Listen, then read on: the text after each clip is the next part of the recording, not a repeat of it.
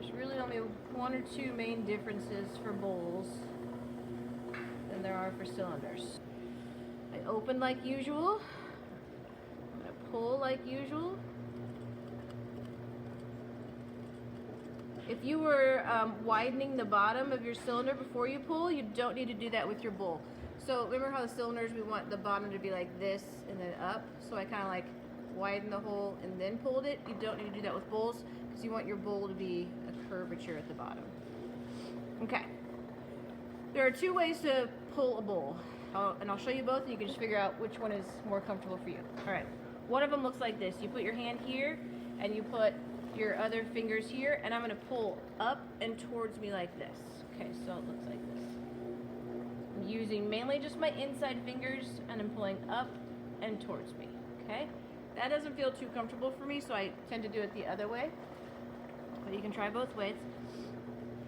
And it's very similar to pulling a cylinder. I'm just pushing a little bit harder with my inside fingers because I do want it to flare out.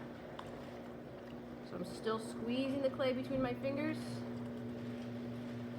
I'm just pushing out a little bit more with my left hand so it gets a little wider. Just bringing that clay in on the bottom.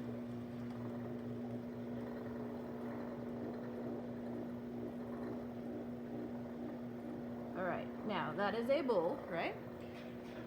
The finishing touches of a bowl are done with your kidney.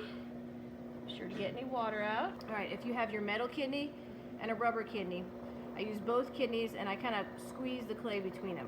So I'm using the curved side of my metal kidney and I start on the bottom, scrape it gently, and I'm bracing the outside with my other kidney, and I'm just squeezing the clay to get together between both kidneys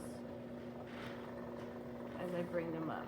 And that gives your bowl a nice shape. Nice form. Okay. Do it one more time. You want to make sure that the bottom is nice and smooth, that there's no like areas where water can get trapped, because that will make the bowl hard to clean. So the kidney is good for that too. It just makes it nice and smooth at the bottom.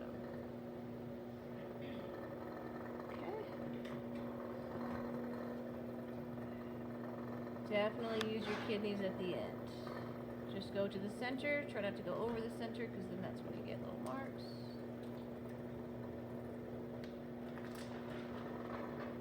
There you go. Alright, for the top, if you need to, just take a sponge. Now the bottom is going to be a little thicker, but we're going to trim it nice and thin during the trimming process. So it's okay if this bottom is like ½ an inch or a little bit thicker than that. If it's too thin at the bottom, it might collapse. So you need a little bit of clay there to support it, but that all gets trimmed in the trimming process.